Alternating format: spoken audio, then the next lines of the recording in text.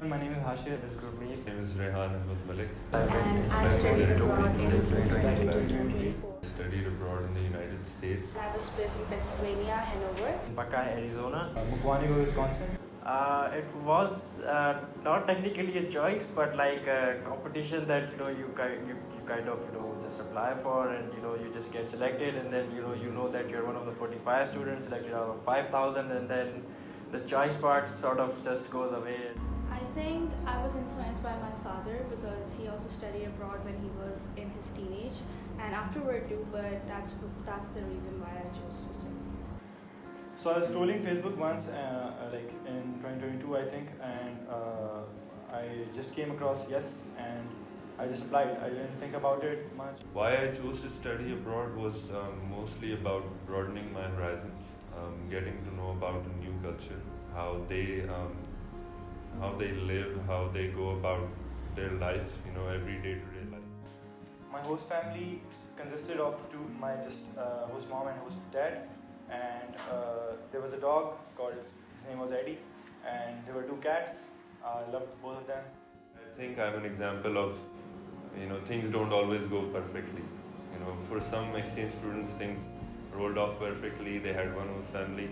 But for some, we did change host families because I had a few issues with, my first host family. And the second family I got was actually amazing. They were great. So my host family consisted of my host mom and my host dad. They had a son who was in the military. My host family was very good because, as we know, they were teachers too, and they were really into studies, and I was influenced by them too. So it was quite fun. The initial days were full of sleeping and naps. When someone goes to a completely different country, lives there for an entire year, accepts their norms and the ways they live, and when they have to come back to their country, a part of them still is there.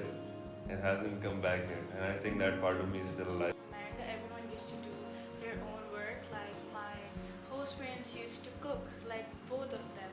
But up here, my dad doesn't cook. My mom does. So it was. Shaking hands with your female friends. That is one of the things, yeah. Because you have to adjust it back, like sort of fast. You can't just wait back, because people here behave a bit differently than people over there, and you have adjusted from there, and When I was in my exchange year, there were floods in Pakistan, in my hometown actually as well. So I organized a fundraiser with partnering with a local organization in Pakistan, and I was able to raise $500 for Pakistan and for Sindh. So I decided at that time that I'm gonna pursue something, whichever field I'm going to pursue, it's somehow going to be connected with that. when I was in my exchange year, I took courses like robotics, I took different courses like forensics, and that led up to me watching different forensic shows, me diving more into those kind of stuff, those kind of things, and just exploring more things. So I think yes, that whatever I do in the future, my exchange year would have a lot of role, in me choosing that. Before going back, I actually wanted to pursue medical sciences. I wanted to be a neurosurgeon before I went to the US. But after I came back, I wanted to be an accountant. So completely different fields. But because I got to study accounting in the US, I got a little bit of information on how it works and stuff. Then I decided to change. As I was an exchange student, I get to meet a lot of students from all over the world, and I also had some friends in the place where I was living, and that's why whenever I go abroad, like to travel or something, I just contact them and just let them know so that we can have a small meetup. The yes friends that I went with, they are still my friends, and they are one of my best friends. Basically, exchange year taught me how to form bonds to people, how to make everlasting connections, how to actually talk to people that that matter to you, and how to basically form connections with them. And finally, if you could go back, would you do it again? Most definitely. I would love to do it again. I would definitely do it again anytime, any day. I would do it 1,000 times.